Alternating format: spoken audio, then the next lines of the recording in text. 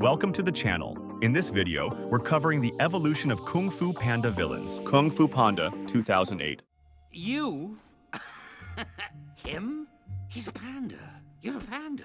What are you gonna do, big guy? Sit on me?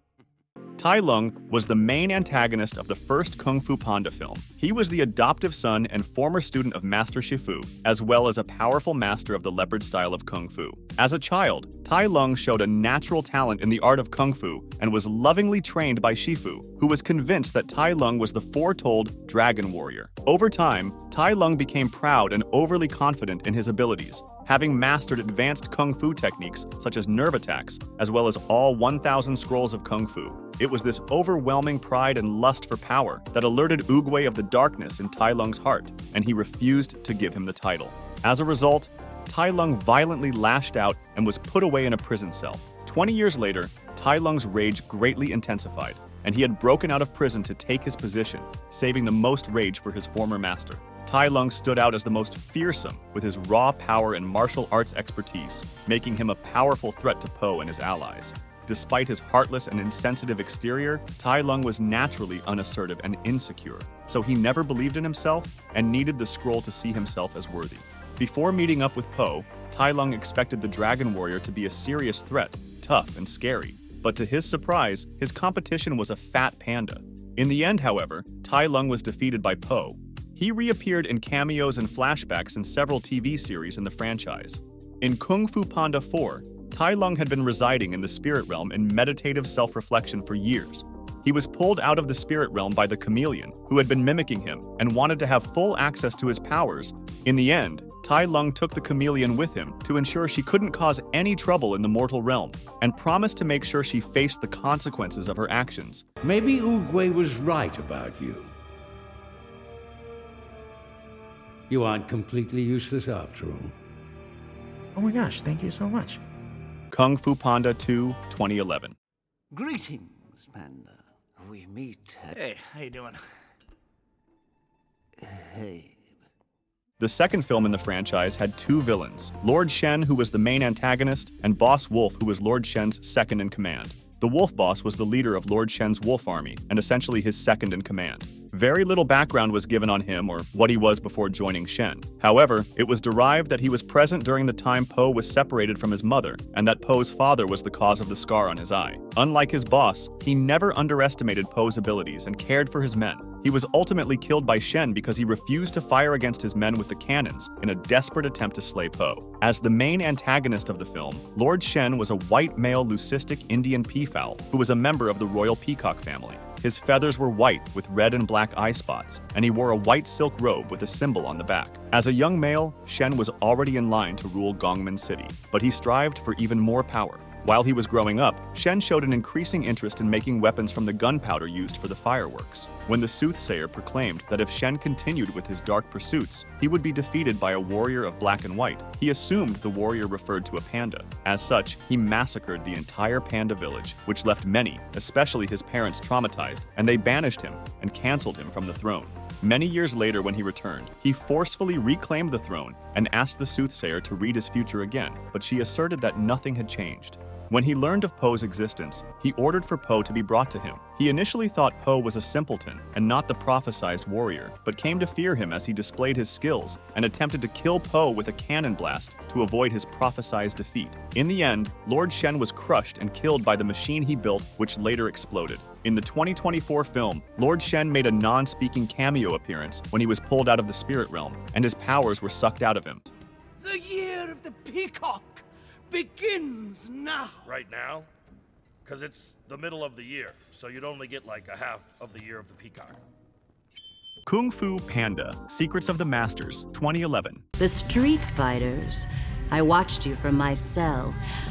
How much is the Imperial Army paying you to arrest us? The Wu sisters, namely Su Wu, Wing Wu, and Wan Wu, were a trio of snow leopards and the main antagonists of this short film. They only appeared in a flashback story that was told by Po inside the Master's Council exhibit. In their timeline, they were the most feared and notorious villains who ever terrorized China. After they escaped from prison where they were incarcerated for a series of crimes that they had committed, they set out to unite the various crime families of China, which prompted Oogway to ally with Thundering Rhino, Storming Ox, and Croc with a common goal of defeating them. When it came to their qualities, they were presented as beholding great sibling loyalty. Their ruthlessness knew no bounds, and they also demonstrated effective teamwork, fighting as a single unit against their enemies. Their connection is the source of their power. We have to break them apart. They're spinning too fast. I can't get a clear shot. Kungfu Panda, Secrets of the Scroll, 2015. I am invisive. I am Boar! Boar, the unnamed Boar, was a renowned warrior who set his sights on the Valley of Peace wanting to battle Shifu, who was unwell at the time. Boar was a destructive and temperamental individual who took delight in facing and defeating kung fu masters. He was also highly egotistical, self-centered, and manipulative, but not very intelligent, and his fighting skills mainly relied on his use of brute strength and solid defense. He did not get to battle Shifu, but rather Tigress and the 4 warriors she gathered. Boar's subsequent defeat inspired the creation of the Furious Five, and their triumph sparked Po's love of kung fu. What are you doing? You're nothing! I just defeated Shifu! No. I'm not Shifu. Kung Fu Panda 3, 2016. And you must be Kai, beast of vengeance, maker of widows. Yes! Finally!